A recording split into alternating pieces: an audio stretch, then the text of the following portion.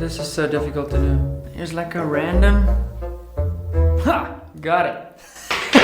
There's like a random little hair sticking out there. Anyway, one of the things I really love doing on this platform is answering your questions. Now, every other month, we have a dedicated Patreon-specific Q&A session. So what I'm going to do in today's video is answer some banger questions from our people of impact. That is our group, what we call them POI, Team POI. I'm super proud also to announce that we're now doing quarterly merch for all the members of our Patreon. The links to join that are down below. After month 3, you get a really cool sticker. After month 2, I think it's a really cool impact shooting mug. Month 3 is a really cool t-shirt. And in, look at me, quarter 1, 2, 3, and 4. In quarter 4, you get a really cool impact shooting hoodie, and I would have shown you guys some pictures of that. So without further ado, I'm going to grab my phony dondy, and we're going to jump straight into your questions. Now, one of the coolest questions is the first question I actually got on this, and the question is from Dirk. It says, if you could only choose one option to compete in precision rifle matches, which would it be? Number 1, a high-end optic with a mid-range chassis, or a mid-range optic with a high-end chassis, and why? So Dirk, phenomenal question. Here's what I would do. I would get the best optic I can afford and get sort of an entry-level chassis. And the chassis I would go for would be the chassis that I used in our budget build. So if you haven't seen that video, you can check that out here. I would go for an MDT XRS chassis, number 1. There are some modularity elements to that. You can add a weight with the newer style forends. You can add an enclosed forend. You can add Arca rails, all of those things. And the reason I say I would go for the high-end optic first is because, number 1, the optic's going to retain its value. Okay. Also, if you get a budget-friendly chassis, when you sort of, I use the term outgrow that chassis system, you will be able to sell that relatively quickly, and because it's not a high dollar item, you've automatically got way more potential buyers. Okay, so invest in good glass, and the reason I say that is I would sort of go minimum level Strike Eagle Vortex lineup. Okay, because if you get something like a Diamondback Tactical, while a phenomenal little scope, as you progress into the blackness that is the rabbit hole of precision rifle, you will eventually outgrow a budget-friendly scope, and you will want some features and some better glass that something like the Strike Eagle will offer you. So that combination, obviously if you can go higher than that, if you can get a Gen 2 Razor or something like that, or even a Gen 3 Razor, that optic will literally last you a lifetime. And you can add below that optic, swap out, like play adult Lego, and build complete different rifles with that optic system as you sort of progress through your whatever your shooting journey, wherever it does take you. What's also nice about having one really nice optic, and I often do this, you guys would have seen that, is I'll often pull an optic off a rifle and put it on another rifle, just go zero it, and you can kind of have a good idea if your rifle is zeroed with 1 round. If it's a similar ballistic profile, you should still be on paper at 100 yards. So it should take you 2 rounds maximum to get your nice rock solid zero again. I go zero every rifle before a match. Regardless whether the optic has been zeroed or not, I double check a zero before every single match. You're going to do that anyway. So you can also move that optic between multiple rifles. So to answer your question, I would get the best glass I can afford and get sort of an entry-level chassis, like something like the XRS, which still offers you some modularity. Obviously, it's not a competition-specific focus like that Elite ACC that I have there behind me, but it's definitely more than capable enough of winning precision rifle matches. And I've done that in the past where I've taken, barreled actions out of my ACC, put them in what was then the enhanced XRS with the enclosed forend and the weight. And I went and won matches with that because it is a really, really good setup. So you're not going to go wrong with investing in good glass first. Next question from Vanner. Any plans to do testing on the Warbird, this is the silencer we manufacture, to obtain some official specs, decibel and recoil reduction? So yes, we did do some decibel testing. The reason we haven't published those results, while they were outstanding and the guys that own Warbirds can attest to that, our actual test got compromised because while we were sort of doing it, there was farm equipment and stuff running up and down, and they'd be at different places on the farm while we were doing this testing. So it wasn't a controlled environment, and that's why we haven't actually released those numbers. So we are looking at doing that in the near future, and we will be updating the website with that. What I can say, they exceeded what was sort of our minimum requirements. So that was really awesome. Another banger question from Ty. If you could learn from any shooter in the world, who would it be and what would you like to learn? So I replied to Ty, said, great question. And then Ty added to his question to say, I should add past or present. So I think for me, it would be the GOAT, the best shooter of all time, arguably. A guy who's proven himself through literally winning world championships in multiple decades of his career, and probably the OG professional shooter, Mr. Jerry Michalak himself. So Jerry has shown the ability to compete at the highest level of his discipline for decades, okay? And I don't know how old Jerry is now, but he's not a spring chicken anymore. And Jerry's hanging with the fastest, best shooters of our era, which is phenomenal. So I don't necessarily want to tap into the physical skills element of it. What I would very much be interested in is the mental aspect of that, because that's something that's always appealed to me, is how professional sport people deal with that sort of pressure to keep performing at the highest levels. And that's something that really, really intrigues me, and I think it could be a fascinating conversation. Now, I actually met Jerry 2 weeks ago for the first time at the Gundies. Super nice guy. With most people like this, what you see on his YouTube channel is literally what you get. Lena, also incredibly nice, and the whole family, Kay, everyone. I, for the life of me, can't remember the little sister's name, but they were all super, super nice people. And hoping to spend some time with them in the future when I travel to the US, hopefully get to hang out a little bit, but we'll see how things play out. And hopefully I can actually bring you guys that sort of content, which would be really cool. Speaking of, if you haven't seen the podcast with Jerry that he did with Vortex Optics, I'm gonna link that up here. It is a phenomenal episode, and they do dive a little bit into that, but I think it will shed some light on sort of the type of person he is and the way they compete and his background and stuff like that. It is fascinating. I've actually listened to it twice, and I think you guys will enjoy that. So Pete, remember to link it up here when you edit this. Okay, cool. Thanks for the question, Ty. Next question from Rudy. When entering a competition, is there things you look for and tick the box, and how to plan for the match with preparation on top of what firearms to select? Okay, so we'll stick to the precision rifle genre for now. So for the most part, I'm probably there's this saying, fear the man with one gun. He may know how to use it. So I found that back in the day, sort of 2017, 2018, 2019 shooting Alexa, which was my first custom rifle. I did a complete video on her build over here.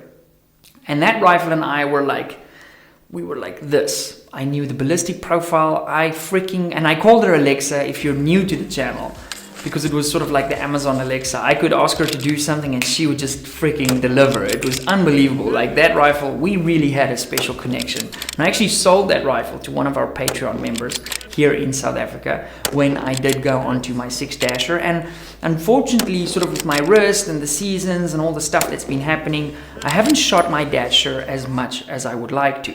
Now that's going to change shortly. I'm planning to do a crap load of shooting this year, so we will see. So I kind of try and stick with one rifle. I have messed around here and there, shooting a 223 or this, but it all depends on the type of match. I was actually planning on shooting the 223 Remington South African Veldski Championships last weekend, but unfortunately I just got back from my trip to the Gundies, and I packed everything, and I looked at my wife and I realized, I need to spend some time at home. So I scrapped that idea. But that would be sort of dependent on the conditions. Obviously, NRL hunter type of situation, you would want to shoot something that makes the power factor. Precision rifle, I would try and stick to the same rifle for the most part. If you are doing some sort of, competition dynamics style field match where there's long engagements in valleys and stuff like that, you may want to step up in caliber, 6.5 PRC or something like that to try and buck the wind a little bit better. So there are things to consider with regards to preparing for a match. I've been lazy on that front lately because I've kind of been relying on natural talent, which has proven is not enough anymore for me to do well at these matches. So I probably need to start doing some preparing work for precision rifle matches going forward. But I'm a very busy guy. I do YouTube for a living full time, but we also are involved with multiple other businesses that keep us very, very busy. So I actually don't have enough time to go shooting, and it's not like you think like I'm shooting every single day. That is very much not the reality. So preparing for a match, if you do some dry fire and stuff like that and you know your reticle, I think that is going to be universally a useful thing no matter what type of match you're shooting. Whether it is something like a veldskiet, a field shoot type shoot where the rules say you can't dial your scope, knowing the values of your reticle is going to help you irregardless of the type of match you're shooting. So that's something that I'd really focus on. Obviously, your fundamentals are going to serve you well in any shooting discipline. So great question. Guys, at this point in the video, I want to thank you very much for watching. If you find this content valuable at all, please make sure you are subscribed with the notification bell turned on. It really does help us do what we do. I also want to thank MDT Modular Driven Technologies, mdttac.com, for supporting the channel and sponsoring today's video. I also gave you guys the opportunity to ask questions on our sort of YouTube community page. Now I'm going to pick one, maybe two questions from this page to also help you. Reminder, if you want to make sure your questions do get into these Q&As in the future, our Patreon is down below. And as I mentioned, we've got quarterly merch now, which I'm super pumped for. So first question comes from Daniel. Daniel asked if he could get one of these Vortex razors. Daniel, absolutely you can. You can click on the first link below this and you can get one of the Vortex razors. Also guys, very exciting, if you now buy something from Brownells, okay, which is one of the biggest online stores in the world, okay, based in the US. If you use, in any of my videos, there will be a Brownells link. If you use that link, it will help us support the effort on the channel. So that is super, super, super cool. Doesn't cost you anything extra. Just make sure you use the links in our description. I want to thank you very much for that.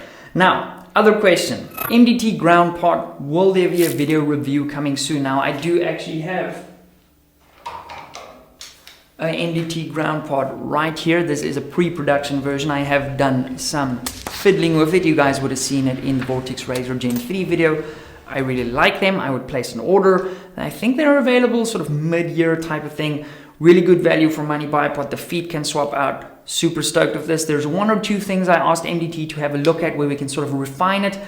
So I'm waiting for them to get back to me on that. But overall, for what it is and the dollar amount, it's a good deal, I think. Next question from Peter, also banger question. How important is a rifle's precision for precision rifle?